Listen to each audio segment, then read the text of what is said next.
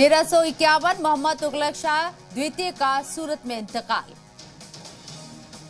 602 में United East India Company of Netherland की यौम तासीस। 1615 में मुगल बादशाह शाहजहां और मुमताज महल के सबसे बड़े बेटे दारा शिकोह की पैदाइश। 1739 में नादिर शाह ने दिल्ली की सल्तनत पर कब्जा किया। मयूर सिंहासन के गहने चोरी।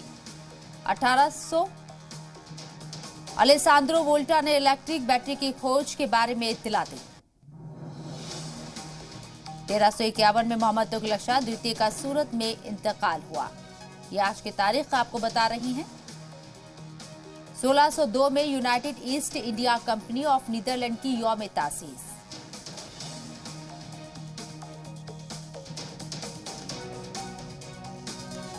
1952 में टेनिस खिलाड़ी आनंद अमृतराज की पैदाइश हुई। 1956 में ट्यूनीशिया को फ्रांस से आजादी मिली। इसके साथ ही 1970 में मशहूर हॉकी खिलाड़ी जयपाल सिंह मुंडा का इंतकाल हुआ। 2006 में अफगानिस्तान की वजीर खारजा ने दावा किया कि ओसामा बिन लादेन पाकिस्तान में है।